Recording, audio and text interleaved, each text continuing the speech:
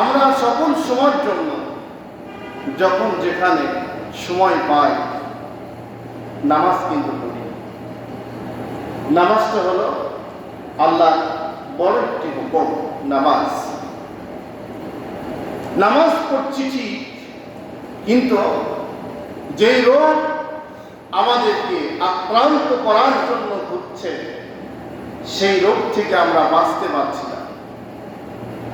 আমরা মসজিদে আসার পরে, নামাজ শেষে বের হওয়ার পরে বিভিন্ন জায়গায় বসে গল্প করার সময়তে অথবা বিভিন্নভাবে এক শ্রেণীর মানুষরা আমরা মনে করি যেন যারা নামাজি, যারা আলেম ওলামা, যারা দিনদারি পরেশকারী, যারা হলো আল্লাহ সন্তুষ্ট করতে চায়, এরাই সবচেয়ে এদেশের খারাপ একজন মানুষ। দোকানে বসলে দেখবেন যত রকম গল্প, যত রকম বিরোধিতা, যত রকম সমালোচনা, যত রকম মন্তব্য করা দরকার একজন নামাজি নিয়ে করা হয়, একজন লেবাসধারী ব্যক্তিকে নিয়ে করা হয়, দাড়ি টুপিওয়ালাদের নিয়ে করা হয়। অথচ জুম্মার দিন পর্যন্ত নামাজ পড়ে না এই ব্যক্তিকে নিয়ে কোনো আলোচনাই নেই।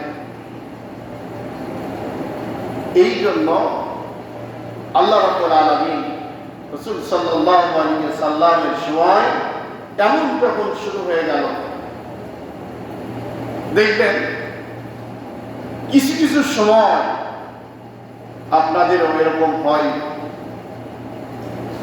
একটু চিন্তা করলে বুঝবেন মনটা খারাপ হয়ে যাচ্ছে। আপনি যখন যাচ্ছেন নামাজিদের নিয়ে গালাগালি করা, লেবাস পড়ার জন্য লেবাস নিয়ে গালাগালি করা, আমি ইসলাম মেনে চলতে চাই, আমার নিয়ে গালাগালি করা, এমন যখন কিছু কথা কানে আসে মনটা কিন্তু খারাপ হয়ে যায়, ধৈর্য হারা হয়ে যায়। আমার দেখা যায় দু একদিন যখন যাচ্ছে, আলোচনা শুনছি, পড়ছি, দেখছি, তখন মনটাকে আবার একটু সতেজ বানানো যায়। এমন ভাবে সময়ের পর সময়, দিনের পর দিন, অক্টের পর অক্ট, বছরের পর বছর চলছে, কিন্তু আমরা অনেকেই সত্যিকারে এর মোকাবেলা করতে সক্ষম হচ্ছি না। মোকাবেলা করার সক্ষম হচ্ছি না ঠিক, কিন্তু আমাদের একটি জিনিস মনে রাখবেন, আপনার নিয়ে যখন কেউ সমালোচনা করে, আপনার নিয়ে যখন কেউ এই পারপাসে তাচ্ছিল্য করে, আপনি দেখবেন আপনার নামাজটা ঠিক আছে কিনা, আপনার ইসলাম মানার পথটা ঠিক আছে কিনা, আপনার নিয়তটি ঠিক আছে কিনা। তেমন যদি ঠিক থেকে থাকে, আপনি সব আলোচনার মধ্যে গিয়ে মন খারাপ করবেন না। কারণ রাসূল সাল্লাল্লাহু আলাইহি ওয়াসাল্লাম বলেন, আপনার নিয়ে যখন এই জাতীয় আলোচনা করবে, রাসূল সাল্লাল্লাহু আলাইহি ওয়াসাল্লাম বলেন আপনার জীবনের গুনাহগুলোকে আল্লাহ রাব্বুল আলামিন মাফ করে দিবেন। আর যিনি সমালোচনা করলেন, যিনি মুনাফিকি করলেন, যিনি হলো আপনাকে তাচ্ছিল্য করলেন, আপনার জীবনের গুনাহগুলো তার আমলনামায় চলে যাবে, তার আমলের পাল্লাটি ভারী হয়ে যাবে। তিনি দেখবে আমি তো নামাজি, আমি তো নামাজ পড়ছিলাম। কিয়ামতের দিন আল্লাহ রাব্বুল আলামিন সমস্ত মানুষকে যখন ডাকবেন, প্রত্যেকটি মানুষের যখন হলো হিসাব দিবে, হিসাবের ময়দান যখন শুরু হয়ে যাবে, উভয় পক্ষ, আপনিও নামাজ পড়েছেন, তারাও নামাজ পড়েছে, আপনিও যেই ভালো কাজগুলা করেছেন তিনিও সেই ভালো কাজগুলা করেছে, অথচ আপনার উত্তম যাজা জান্নাতুল ফেরদাউস, জান্নাতের অধিবাসী, জান্নাত আপনার জন্য আল্লাহ বরাদ্দ করছেন, অথচ তার জন্য জান্নাত বরাদ্দ করেন নাই, উনি দেখতে পাচ্ছেন। তখন তিনি বলবে রব্বুল আলামিন কেমন হলো এটা? আমি তো নামাজি, আমি তো রোজাদার, আমি তো হজকারী, আমি তো ভালো ভালো কাজ করছি, আজকে আমি জান্নাতে যাচ্ছি না, উনি জান্নাতে যাচ্ছে, কারণ থাকে। আল্লাহ রাব্বুল আলামিন কারণগুলো তখন তার সামনে তুলে ধরবে। এই যে সব ঠিক ছিল, কিন্তু মুনাফিকি আচরণ বন্ধ না হওয়ার কারণে ভালো আমলগুলা আমি বদ আমলের মধ্যে পরিণত করে দিয়েছিলাম। অতএব এই আমল দিয়ে আজকে নাজাত পাবে না।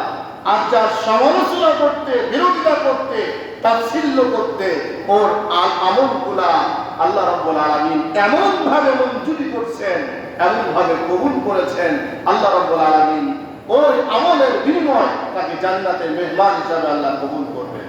এজন্য ভাইরা, মন খারাপের কিছু নেই। মুনাফিক সমাজের সবচেয়ে বড় একটা ব্যাধি অহেতুক পায়ের উপরে পা তুলে তাচ্ছিল্য করা, ঝগড়া করা, নানান কথা দিয়ে আপনাকে একটা বিপদগামী করার জন্য সকল সময় তারা চেষ্টা চালাবেই। এটা তাদের অভ্যাস। আল্লাহ রাব্বুল আলামিন বলেন, وَإِذَا قِيلَ لَهُمْ لَا تُفْسِدُوا فِي الْأَرْضِ قَالُوا إِنَّمَا نَحْنُ مُصْلِحُونَ। আল্লাহ রাব্বুল আলামিন বলেন, মুনাফিকদের সবচেয়ে আরেকটি অন্যতম কারণ, মুনাফিকদের চরিত্রের মধ্যে বড় একটি কারণ, তারা যেখানে যখন বসে, যে দিক দিয়ে তারা যায়, যেখানে অবস্থান তারা করে, শুধুমাত্র ফিতনা ফাসাদ ব্যতীত আর কোনো কিছু তারা পছন্দ করতে পারে না। বসতেই তার কাম ফাসাদ সৃষ্টি, যে কাজগুলোতে হবে ওই কাজগুলোর সামনে উপস্থাপনা করা। আল্লাহ রাব্বুল আলামিন এই মুনাফিকদের থেকে সকল সময়ের জন্য দূরে থাকার কথা বলেছেন, আলাদা থাকার কথা বলেছেন। এবং আল্লাহ রাব্বুল আলামিন ঈমান আনার সাথে সাথে আমাকে আপনাকে বাধ্য করছেন নামাজ পড়ার জন্য। কেন? নামাজ হলো এমন একটি ট্রেনিং, নামাজ এমন একটি শিক্ষা, নামাজ এমন একটি অভ্যাস, নামাজ এমন একটি কাজ। আল্লাহ রাব্বুল আলামিন বলেন, কোন মানুষ যদি ভালো সঠিক সুন্দরভাবে নামাজ পড়ে, ইন্নাস সালাতা তানহা আনিল ফাহশাই ওয়াল মুনকার, নামাজ যদি সঠিকভাবে পড়ে, সঠিকভাবে নামাজটা যদি আল্লাহর দরবারে তার কবুল হয়ে যায়, ওই মানুষটা কখনো মুনাফিকি করবে না, চগলখড়ি করবে না, পরনিন্দা করবে না, গীবত করবে না, মানুষকে বিপদগামী করবে না, মানুষকে কোনো সময়ের জন্য বিপদগামী করে বিপদের মধ্যে ফেলবে না। সকল সময়ের জন্য চিন্তা করবে, এক ওয়াক্ত নামাজ থেকে শুরু করে আর এক ওয়াক্ত নামাজের জন্য তুমি ব্যস্ত হয়ে যায়। ফজরের নামাজ পড়ছে, ফজরের নামাজ পড়ে আল্লাহ রাব্বুল আলামিন বললেন, বান্দারে মিন ইয়াউমিল জুমআতি ফাসআউ ইলা যিকরিল্লাহি ওয়া দারুল বাই'। নামাজ যখন শেষ হয়ে যায়, নামাজ শেষ হওয়ার সাথে সাথে মসজিদে বসে থাকার দরকার নাই, খানকায় বসে থাকার দরকার নাই, দরবারে বসে থাকার দরকার নাই। রিজিকের সন্ধানে আমার জমিনে ছড়িয়ে পড়ো। যার যেই কর্ম, যেই পেশা, ওই পেশার মধ্যে ঢুকে বান্দা তুমি সকল সময়ের জন্য আমি আল্লাহর সিদ্ধান্ত, আমি আল্লাহর শরণার্থে তোমার কার্যক্রমটা তুমি চালিয়ে যাও।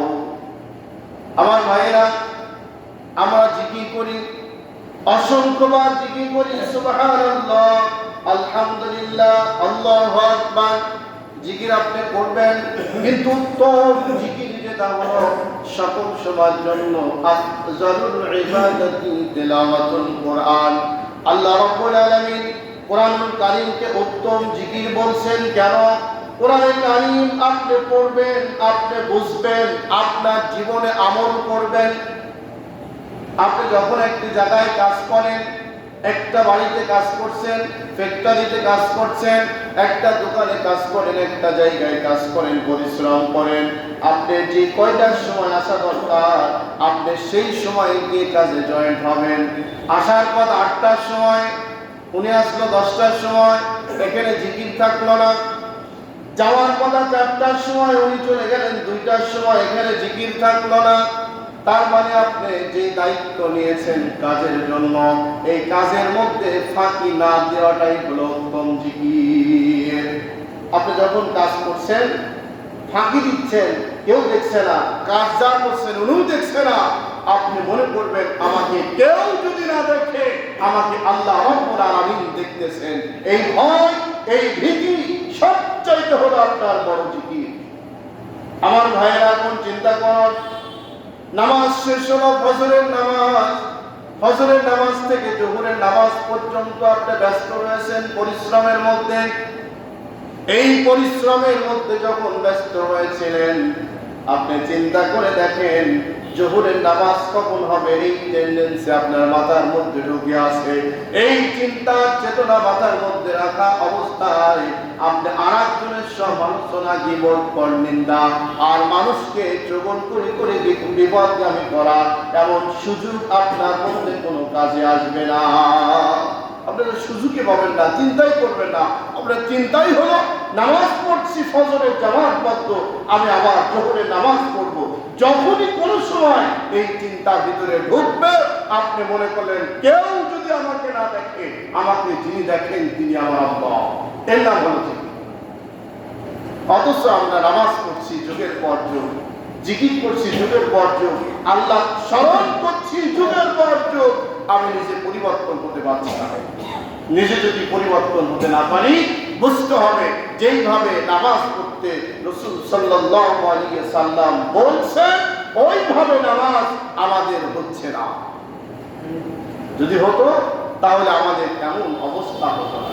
ভাইরা, যেদিকে যাবেন সেদিকে, যেদিকে যাবেন সেদিকেই দুনিয়া দুনিয়া দুনিয়া এমন ভাবে আপনাকে টানবে, এমন ভাবে দুনিয়া আপনাকে গ্রাস করতে যাবে, দুনিয়া এমন ভাবে আপনাকে লোভ লালসার মধ্যে ফেলে দিবে, আপনি সব ভুলে গিয়ে দুনিয়ার মোহে পড়ে জীবনটাকে বরবাদ করে দিয়েছেন, কিন্তু আপনি বুঝতে পারেন নাই। আমার ভাইয়েরা, যাতে করে আমরা বুঝতে পারি, চিন্তা করি, সেই জন্য আল্লাহ রাব্বুল আলামিন বলেন, ইয়া আইয়ুহাল্লাযীনা আমানু লা তুলহিকুম আমওয়ালুকুম ওয়ালা আওলাদুকুম আন যিকরিল্লাহ। আল্লাহ রাব্বুল আলামিন বলেন, ও দুনিয়ার মানুষ তোমরা শোনো, ঈমানদার যারা তারা ভালো করে শোনো। ইয়া আইয়ুহাল্লাযীনা আমানু, আল্লাহ ঈমানদারদের টার্গেট করে বলতেছেন, আপনারা যারা বসে আছেন তারা হলো ঈমানদার। আমাকে আপনাকে আল্লাহ রাব্বুল আলামিন ইশারা করে বলতেছেন, টার্গেট করে বলতেছেন, লা তুলহিকুম আমওয়ালুকুম ওয়ালা আওলাদুকুম আন যিকরিল্লাহ। ও বান্দা ভালো করে শোনো, ও ঈমানদার ভালো করে শোনো, এই দুনিয়ায় চলার সময় দুইটা জিনিস তোমাকে গাফেল করবে। আমি আল্লাহ জিকির থেকে দূরে সরাই নেবে, আমি আল্লাহ থেকে দূরে সরাই নিয়ে ফাটল সৃষ্টি করে দেবে।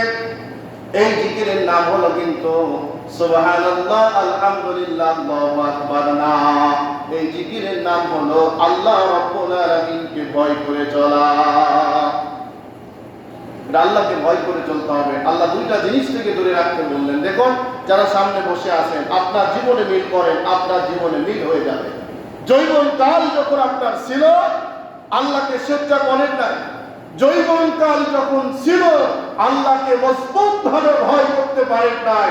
ছেলে মেয়ে, বউ, বাল বাচ্চা, পরিবার পরিজন, অর্থ সম্পদ, এর পিছনে দৌড়াতে গিয়ে, এর মোহে পড়ে প্রতিযোগিতায় লিপ্ত হয়ে সব ভুলে গিয়ে এখন শরীর চলে না, দাঁড়াতে পারি না, বসতে পারি না, সোজা হতে পারি না। এখন চিন্তা করতেছি আমি, আহারে আমার তো কিছুই বলতে কিছু নাই, এখন যাই মসজিদে যাই, নামাজ ছাড়া কোনো উপায় নাই। এমন অবস্থায় আমার আপনার এই সিদ্ধান্তের জন্য আল্লাহ রাব্বুল আলামিন আগেই স্মরণ করে দিয়েছিলেন, ও ঈমানদারেরা শোনো, আমি আল্লাহ তোমাদের অর্ডার করছি, দুইটা জিনিস তোমাকে বিপদে ফেলবে। একটা হলো অর্থ সম্পদ, আর হলো পরিবার পরিজন, ছেলে মেয়ে, স্ত্রী পুত্র, তোমার আপনজনেরা। আমি আল্লাহ জিকির থেকে তোমাকে দূরে সরাই দেবে। আমার ভাইয়েরা, আবার চিন্তা করুন, ব্যবসায় যারা লিপ্ত হয়েছিলেন তারা চিন্তা করুন, ব্যবসার ওসিলা করে কত নামাজ বন্ধ করেছেন। চাকরির চিন্তা করুন, চাকরির দুয়ায় যে কত নামাজ ছেড়ে দিয়েছেন। আপনি বিদেশের মাটিতে যখন যান অর্থ কামাইয়ের জন্য, আপনি চিন্তা করুন, বহু সাওয়ালমি, পরিবার পরিজন সবগুলা বাংলাদেশে রেখে আপনি বিদেশের মাটিতে যখন পাড়ি জমালেন, আপনি রাতের পর রাত দিনের পর দিন একটু যদি চিন্তা করা যায়, কতদিন কত রাত আপনার ঘুম হয়নি, চোখের মধ্যে ঘুম আসেনি, ছেলের চিন্তা, মেয়ের চিন্তা, দেশের চিন্তা, ভাইয়ের চিন্তা, কিন্তু আপনি এত চিন্তার মধ্যেও সব চিন্তার শেষে মাথার মধ্যে ঢুকতে আমাকে টাকা কামাতে হবে, আমার ছেলেকে আমার মেয়েকে শিক্ষিত বানাতে হবে, বাড়ি বানাতে হবে, গাড়ি বানাতে হবে, অট্টালিকা তৈরি করতে হবে, এমন চিন্তা করতে গিয়ে আল্লাহ রাব্বুল আলামিনকে সিজদা করা কখন ভুলে গিয়েছেন আপনি একটিবারের জন্য চিন্তা করেন নাই। এমন লোক নাই ভাই, বলেন? অসংখ্য এমন লোক মাঝে মাঝে চিন্তা করলো অমুকের ছেলে বিদেশ ছিল, বিদেশ থেকে তখন অমুক মসজিদটা বানাই দিল, মাদ্রাসা বানাই দিল, অমুক করলো, নানান কিছু একটা ছলনা করে উনি মনে করলেন আল্লাহর জান্নাতে আমি চলে যাব। না, এটা হতে পারে না। আল্লাহর গুনাহ বাদ দিয়ে, তার সত্য বাদ দিয়ে, আল্লাহকে সিজদা বাদ দিয়ে জান্নাতের পরিকল্পনা করার কোনো সুযোগ নাই। আর এই জায়গায় মুনাফিকরা অবস্থান নিয়ে বলে, ঠিকই করছো, তোমার মতো ভালো ছেলে এদেশে কি আর আছে? তুমি যে কাজ করেছো এদেশের মানুষ বুঝতে না পারলেও আমি বুঝতে পেরেছি তুমি কত ভালো। এমন পাম মানলো, কথা বললো, তখন চিন্তা করলো, ঠিকই। আমার ভাইয়েরা, মুরব্বীরা যারা আছেন, চিন্তা করুন আপনার লাইফটা, আপনার জীবনটা দিয়ে অনেক দূরে আপনাকে কোরআন বোঝার জন্য যাওয়া লাগবে না, আপনার থেকে আপনি যথেষ্ট আল্লাহকে বোঝার জন্য। এমন সময় ছিল আপনার, যেই সময় আপনি অনেক কিছু করতে পারতেন। যেমন দেখুন, এই যে আমরা আল্লাহ রাব্বুল আলামিন আমাদের হায়াতটা দিয়েছেন কম, একদম কম, অন্যান্যদের তুলনায় আমাদের হায়াতটা হলো একদম তুচ্ছ। 70, 80, 90 বছর বয়স, আগে কোথাও 100-150 বছর অনেকেই বাঁচত। আমাদের লাইফে এসে একদম কম বয়স, এখন দেখা যায় গড় আয়ু 60 থেকে 65, 70-এর মধ্যে কেল্লা পথে। এই 70 বছর বয়স যদি আপনি পান, আপনাকে আমাকে নামাজের প্রস্তুতি নিতে নিতে 40 বছর বয়স শেষ হয়ে যায়। 40 বছর পর চিন্তা করি নামাজ পড়তে হবে, না পারি সূরা ফাতিহা, না পারি নামাজের নিয়ম, না পারি আমি নামাজকে সহি শুদ্ধ কিভাবে করতে হবে কিচ্ছু জানি না। চেষ্টা শুরু করলাম শেখার জন্য, শিখতে শিখতে আমার 60 বছর বয়স শেষ। বৃদ্ধকালে গিয়ে কখন ওযু আছে, কখন ওযু করব, নিজে দাঁড়াইতে পারি না, বসতে পারি না, হাঁটতে পারি না, চলতে পারি না, এমন অবস্থার মধ্যে গিয়ে 70 শেষ। ইবাদত কয়দিন করলেন এবার ভাবেন। এই সামান্য ইবাদত দিয়ে আমি আপনি জান্নাতে যেতে পারবো না, আল্লাহ ভালো জানেন। জানার জন্য, শেষ নবীর উম্মত হওয়ার জন্য আল্লাহ রাব্বুল আলামিন স্পেশাল ভাবে মাহে রমজান মাসে কদরের রাত দিয়েছেন। এক রাত ইবাদত করলে 1000 বছরের শ্রেষ্ঠ ইবাদতের সমান সওয়াব আল্লাহ দান করবেন। সুবহানাল্লাহ। আবার এমন রোজা দিয়েছেন, নফল রোজা, যে রোজা যদি আপনি করেন, এই 6টা রোজা করলে পুরা 1 বছর নফল রোজা সওয়াব আল্লাহ আপনার আমলনামায় দিবেন। এমন বিশেষ বিশেষ মুহূর্ত সওয়াবের জন্য আল্লাহ আমাদের দিয়েছেন। বলুন তো, আমরা যারা এখানে বসে আছি, লোকের চিন্তা করা দরকার নাই, আপনার লাইফে কয়দিন এই সুযোগটা গ্রহণ করেছেন? সেই সময় চিন্তা হয় আমাদের, ঈদের আগে ব্যবসার মুখ্যম সময়, এখন যদি আমি ইতিকাফে বসি আমার ব্যবসা কে দেখবে? না, এবছর আমি বুঝতে পারলাম না। এবার চিন্তা হলো, এই রমজান মাসে যদি আমি রোজা করি তাহলে তো আমার শরীর দুর্বল হয়ে যাবে, ব্যবসা পিছনে আমি দৌড়াতে পারবো না। ঠিক আছে, সহজ সরল ভাবে হুজুরটা যখন বললেন একজন রোজাদারকে সেহরি ইফতার করায়, খুঁজতে খুঁজতে ইমাম সাহেবকে পালেন, হুজুর আমার বাড়িতে আপনি সেহরি ইফতার করেন, যাতে করে আমার একটু সওয়াব হয়। কারণ হলো, যিনি রোজা করলেন আর যিনি ইফতার করলেন সমান সওয়াব যেহেতু আল্লাহ দিবেন, আসেন। উনি মনে করলেন বেঁচে গেলাম। এইভাবে সুবিধা নিতে নিতে নিতে নিতে এমন পর্যায়ে গিয়ে দাঁড়িয়ে পড়লো, ওনার যখন বাক শক্তি আর কিচ্ছু নাই, সমাজে চলে না, পরিবারে চলে না, নিজের শরীর সোজা হয় না, এমন সময় চিন্তা করলো, আহারে আমার তো বুঝি কেউ নাই, এখন তো আমার আর এই কাজ ছাড়া কোনো গতি নাই, চল যাই এবার যাই। এই কাজ শুরু হলো। আমার ভাইয়েরা, এই অবস্থায় গিয়ে আল্লাহর কতটুকু নৈকট্য লাভ করতে পারবো আপনার বিবেক দিয়ে আপনি চিন্তা করুন। এই জন্য আল্লাহ রাব্বুল আলামিন আমাকে আপনাকে অনেক সুযোগ দিয়েছেন, প্রচুর সুযোগ দিয়েছেন, যে সুযোগটা আমরা এখন পর্যন্ত কাজে লাগাতে পারছি না। আর ইবলিস তো আমাদের মাঝে আছে, ওনার কাজই শুধু নামাজীদের নিয়ে তাচ্ছিল্য করো, ইতিকাফকারীদের নিয়ে তাচ্ছিল্য করো, রোজাদারদের নিয়ে তাচ্ছিল্য করো, আলেম ওলামাদের নিয়ে তাচ্ছিল্য করো, সমাজের ভালো কাজ যারা করবে তাদের নিয়ে তাচ্ছিল্য করো। এই অবস্থায় দেখবে একটি সময় এরা এমনিতে বন্ধ করে দিবে, লাভ হবে তোমার। শয়তানের কাজগুলো এইগুলো। ভাইরা, এটা গেল রোজার মাস। এবার জুম্মার দিন আল্লাহ রাব্বুল আলামিন স্পেশাল সওয়াব দিয়েছেন। আমরা যারা এখানে বসে আছি সবারই হজ করার সমর্থন আল্লাহ দেন নাই, বড় গরু কুরবানি করার সমর্থন আল্লাহ দেন নাই, কিন্তু আল্লাহ সওয়াব দিয়েছেন।